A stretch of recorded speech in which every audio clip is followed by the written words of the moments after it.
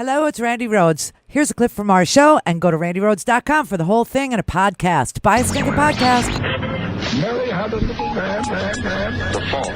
We believe that all men are created equal. To the magnificent mosaic that is America. From radio beacon to radio beacon. I have a dream.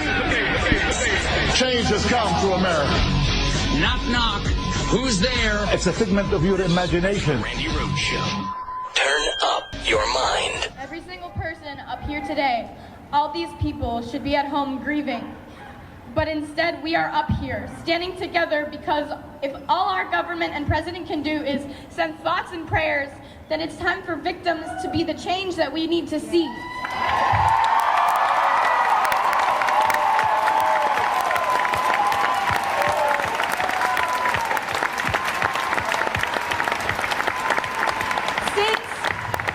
Since the time of the Founding Fathers and since they added the Second Amendment to the Constitution, our guns have developed at a rate that leaves me dizzy. The guns have changed and the laws have not.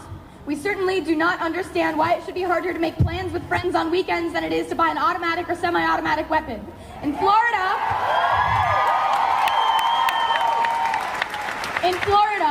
to buy a gun, you do not need a permit, you do not need a gun license, and once you buy it, you do not need to register it. You do not need a permit to carry a concealed rifle or shotgun. You can buy as many guns as you want at one time. I read something very powerful to me today. It was from the point of view of a teacher, and I quote, "When adults tell me I have the right to own a gun, all I can hear is, my right to own a gun outweighs your student's right to live. All I can hear is mine, mine, mine, mine."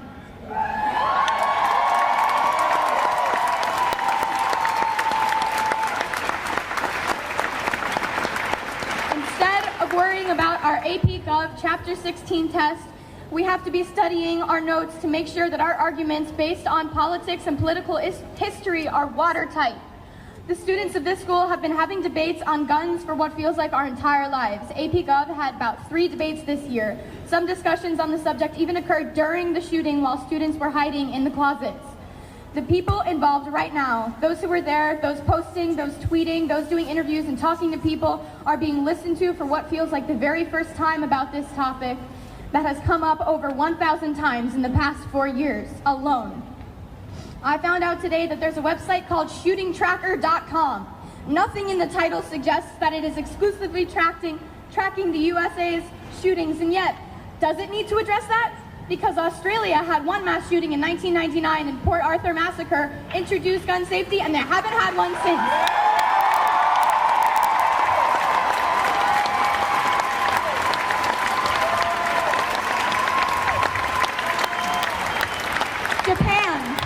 Japan has never had a mass shooting. Canada has had 3, and the UK had 1, and they both introduced gun control, and yet here we are with websites dedicated to recording these tragedies so that they can be formulated into statistics at your convenience. I watched an interview this morning and noticed that one of the questions was, do you think your children will have to go through other school shooter drills? And our response is that our neighbors will not have to go through other school shooter drills when we have had our say with the government, and maybe the adults have gotten used to saying it is what it is. But if us students have learned anything, it's that if you don't study, you will fail. And in this case, if you actively do nothing, people continually end up dead. So it's time to start doing something.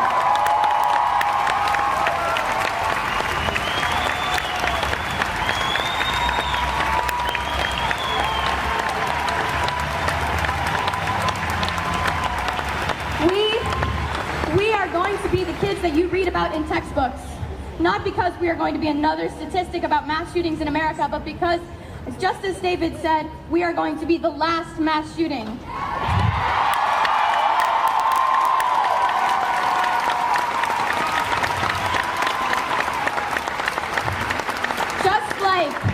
Just like Tinker v. Des Moines, we are going to change the law. That's going to be Marjorie Stoneman Douglas in that textbook, and it's all going to be due to the tireless effort of the school board, the faculty members, the family members, and most importantly, the students. The students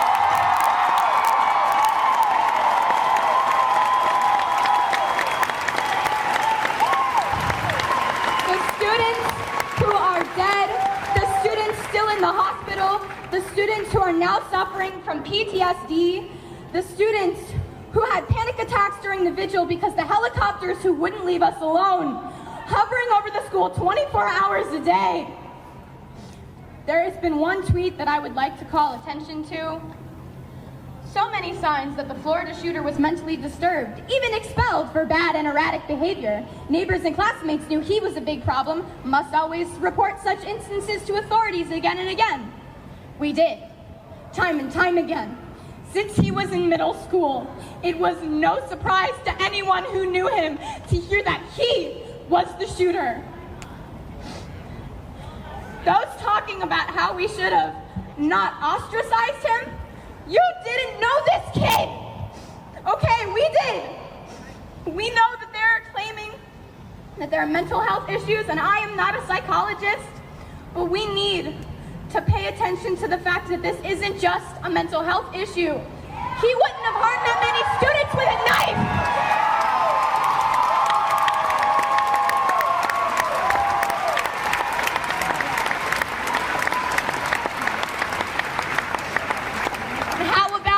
We stop blaming the victims for something that was the shooter's fault.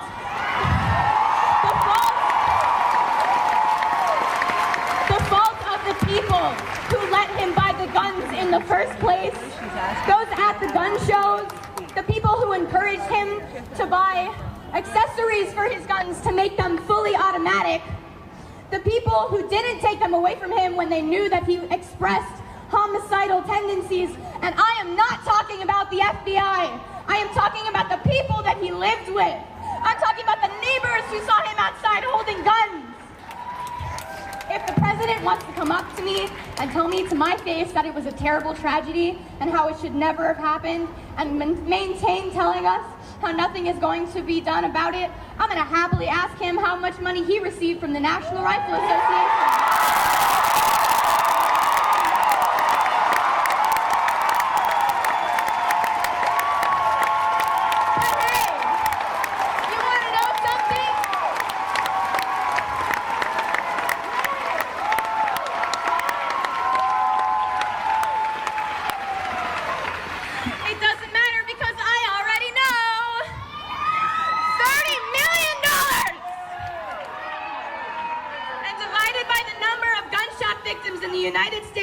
In the 1.5 months in 2018 alone, that comes out to being $5,800. Is that how much these people are worth to you, Trump?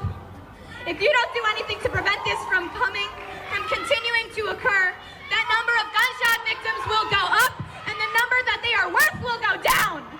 And we will be worthless to you. To every politician who is taking donations from the NRA, shame on you.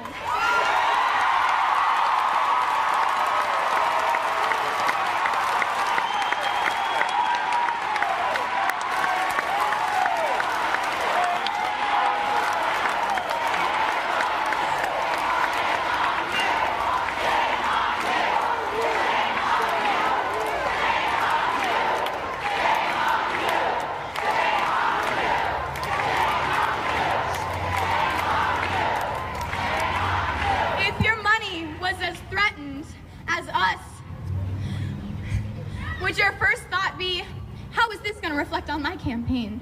Which should I choose? Or would you choose us? And if you answered us, will you act like it for once? You know what would be a good way to act like it? I have an example of how not to act like it. In February of 2017, 1 year ago, President Trump repealed an Obama-era regulation that would have made it easier to block the sale of firearms to people with certain mental illnesses. From the interactions that I had with the shooter before the shooting and the information that I currently know about him, I don't really know if he was mentally ill, but I wrote this before I heard what Delaney said. Delaney said that he was diagnosed. I don't need a psychologist, and I don't need to be a psychologist to know that repealing that regulation was a really dumb idea.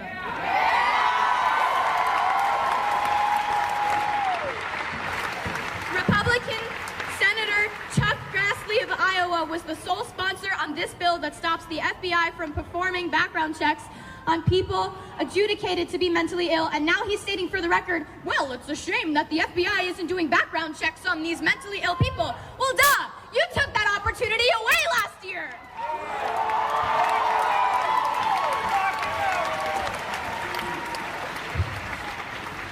The people in the government who were voted into power are lying to us. And us kids seem to be the only ones who notice and are prepared to call BS. Companies trying to make caricatures of the teenagers nowadays, saying that all we are is self-involved and trend-obsessed, and they hush us into submissions when our message doesn't reach the ears of the nation. We are prepared to call BS. Politicians who sit in their gilded House and Senate seats funded by the NRA telling us nothing could have ever been done to prevent this. We call BS. They say that tougher gun laws do not decrease gun violence. We call BS. They say a good guy with a gun stops a bad guy with a gun. We call BS. They say guns are just tools like knives and are as dangerous as cars. We call BS. They say that no laws could have been able to prevent the hundreds of senseless tragedies that have occurred. We call BS. That us kids don't know what we're talking about, that we're too young to understand how the government works. We call BS. If you agree, register to vote. Contact your local congresspeople. Give them a piece of your mind.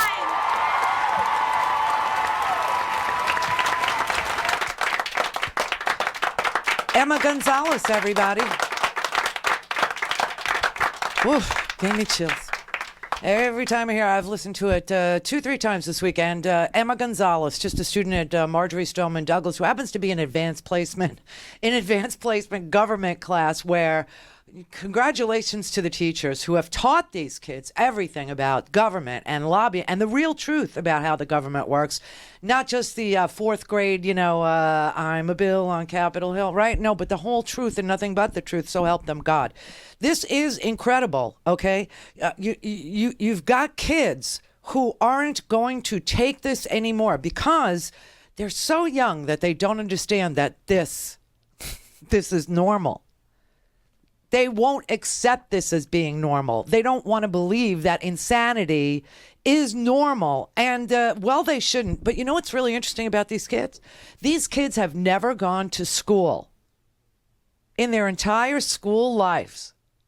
They've never attended school where there hasn't been gun safety drills. These are all post-Columbine students. These are kids who have never attended a day of school prior to 1999. And that's when Columbine happened. So they have been raised in a completely abnormal society, and they know it. They absolutely know it, and they know that the adults have failed to do anything about it, and this is their issue, and they're not letting it go. And every time, the Ryans of the world and the idiots, up on Capitol Hill, every time they tell these kids it's too soon, they want to let you know that they have had hundreds of hours, years of debates about gun safety in their academic lifetimes, and that they were debating it while they were in the closet and the shooting was going on. It's entirely premature to be discussing about legislative solutions, if any. It's just not the time to dive into the politics and try to score political points. I think anybody who would politicize this shooting should be ashamed of themselves. This is not the time to have the discussion, and it's frankly, I think, insulting to the American public right now to try to politicize something. The reaction of Democrats to any tragedy is to try to politicize it. I'm more than happy to talk about this in a few days. Right now is not the time. There's a time and place for a political debate, but now is the time to unite as a country. This isn't a guns situation. I mean, we could go into it, but it's a little bit soon to go into it. Go straight to hell. I want to use really strong language, but I hope the kids are listening. Go straight to hell. When these politicians that you just saw there, when these Republicans, when this group of gun nuts gets their way, children are slaughtered and thousands of Americans die. We need another industry to step up and run this country, which is probably the best we can do. You know, like a chewing gum industry where we could debate what to do with the wads of gum on the sidewalk instead of an industry that instantaneously kills children. I mean, the tobacco industry, yes, they killed millions of people, but they did it slowly. They did it slowly. Or here's a thought, why not an industry that doesn't kill us? There are some, right? There are some out there that could run the country that don't. Oh.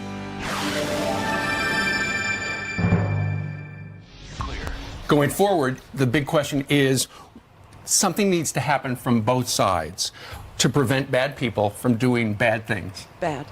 To good people. And that's why this movement seems to have picked up steam, why the president is going to be meeting with people. And who knows, maybe there will be this Chris Murphy and John Cornyn bill, maybe something will be done to the federal background checks, because the way it's working right now ain't working. Well, Brian kept mentioning last week that these police officers in the schools need to have guns so that they can protect themselves. They had guns in protect that the kids. But they did.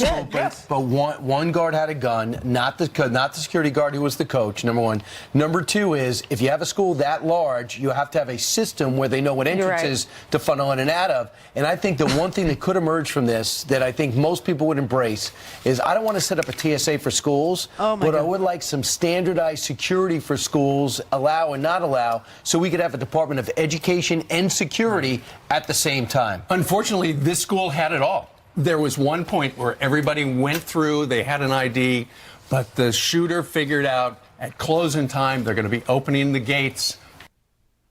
They are the stupidest people on the planet. And why anybody would listen to that news model, Ainsley Airhead, who sits there with her Louboutins every morning in a cocktail dress. Well, they really need to have, the police officers really need to have guns. They did have guns. Oh, they did?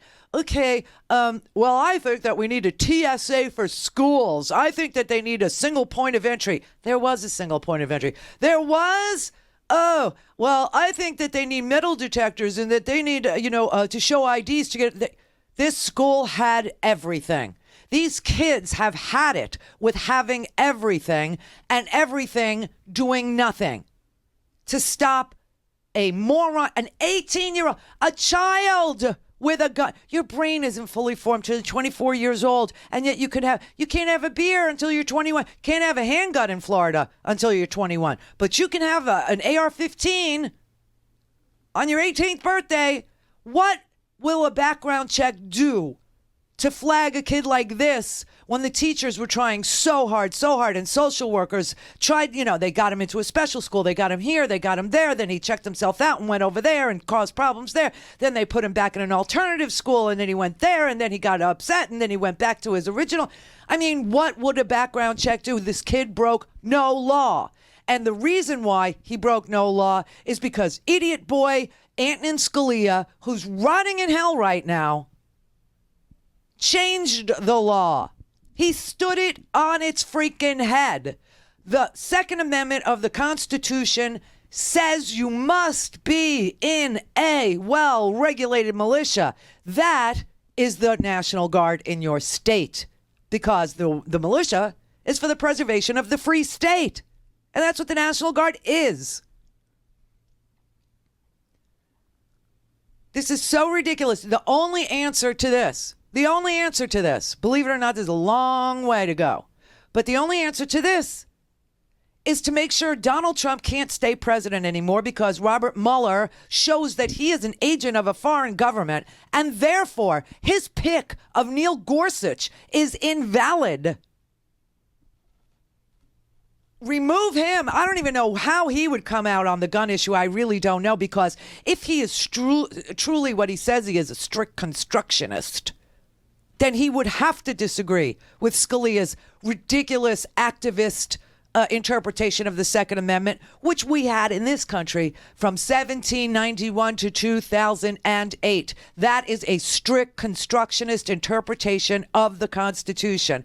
The idea that there was never, ever one single gun regulation in that long period of time, from 1791 to 2008, there was never one gun regulation, not one law, state local, federal, that was ever found to have violated the Second Amendment. Things could be regulated.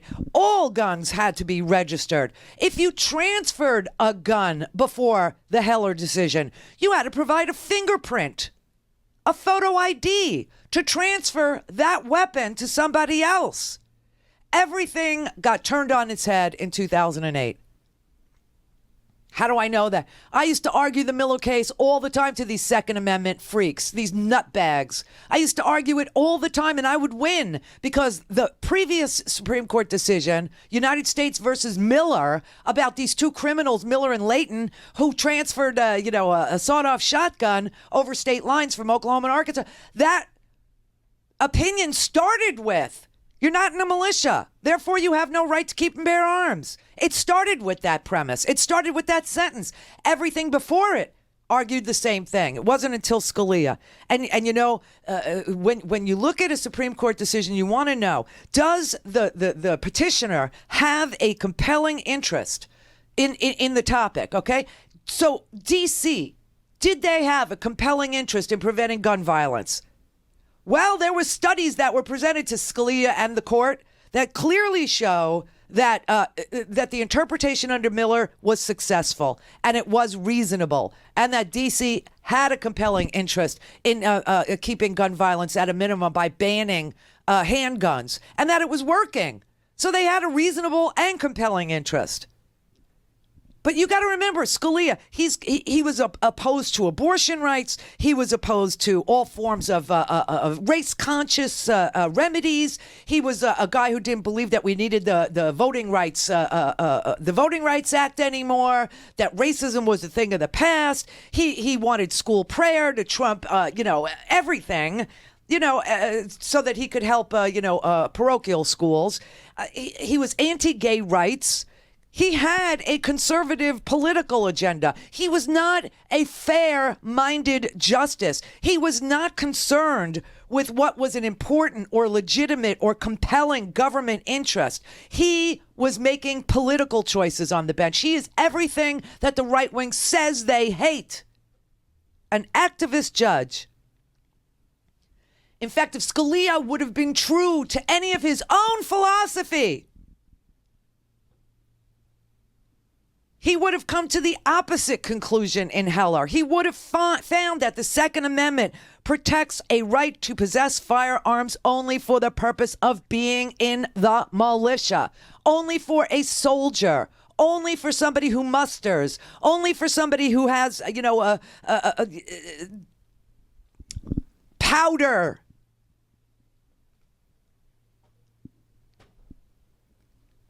There are two clauses to the Second Amendment. Two clauses. That's why I keep telling you it's a provisory. One is it's saying that a well-regulated militia being necessary to the preservation of a free state, the right of the people, right? It's a provisionary thing. That provision has been met by the National Guard, the existence of one. And so for him to have ruled in 2008 is so bizarre.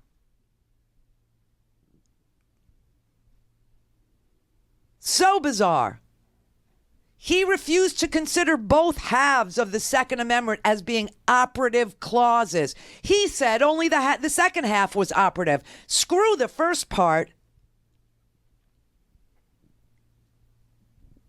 Every prior Supreme Court justice decision interpreting the Second Amendment, every single one, every single federal court of appeals decision until Scalia rejected his view of the Second Amendment. And that is the hurdle. That is what we have to undo.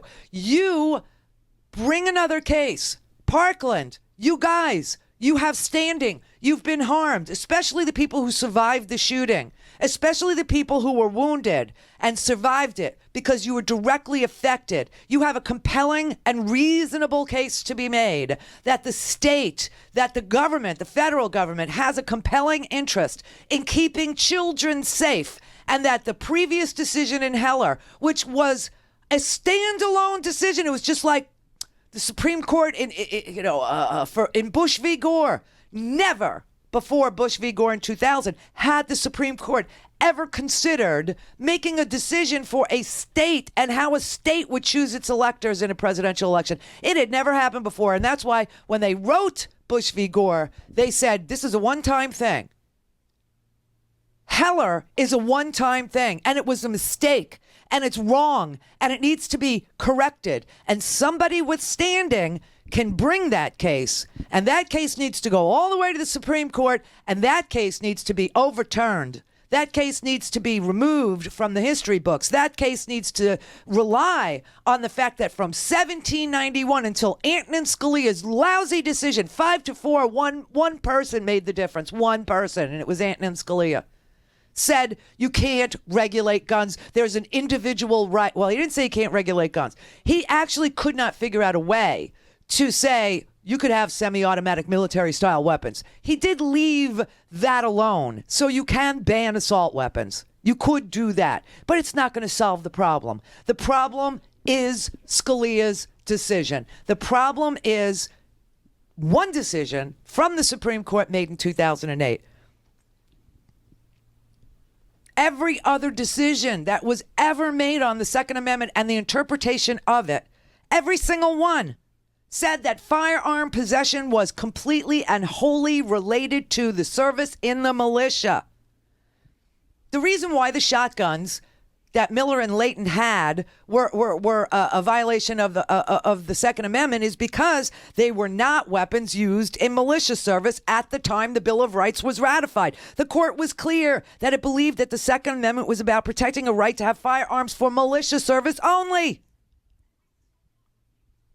And despite all of this precedent, despite all of these laws, all of these interpretations, all of these courts' interpretations, all of the Supreme Court interpretations of the individual right saying, no, you don't have an individual right, Scalia managed to get a 5-4 majority, one person, to say, no, screw that. And that's why whenever you hear somebody argue and say, well, the Second Amendment, I agree with it. I don't want to take the guns out of it. They're lying. They're lying, or they don't know any better, or there's somebody you shouldn't pay attention to. Because the real truth is there is no individual right. In this country, you want to keep and bear arms, you better be part of a militia. And if you are, guess what the militia decided to do? Guess what the National Guard decides to do? It decides to separate you from your weapon when you're not in service and put it in an armory. That's what it decided to do. Because it's well regulated. I mean, I hear very smart people go, well, who's going to do the regulating? Who's going to do the regulating? I would recommend to anybody who's interested in this particular issue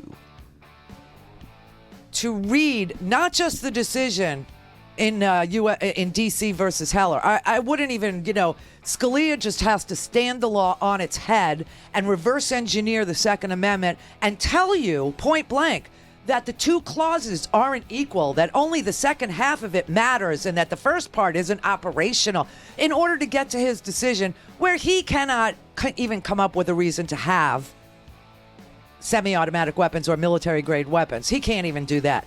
But read Justice Stevens' dissent. Read that. That will give you the keys to the kingdom. Go to RandiRhodes.com for the whole thing and a podcast. Buy a stinking podcast.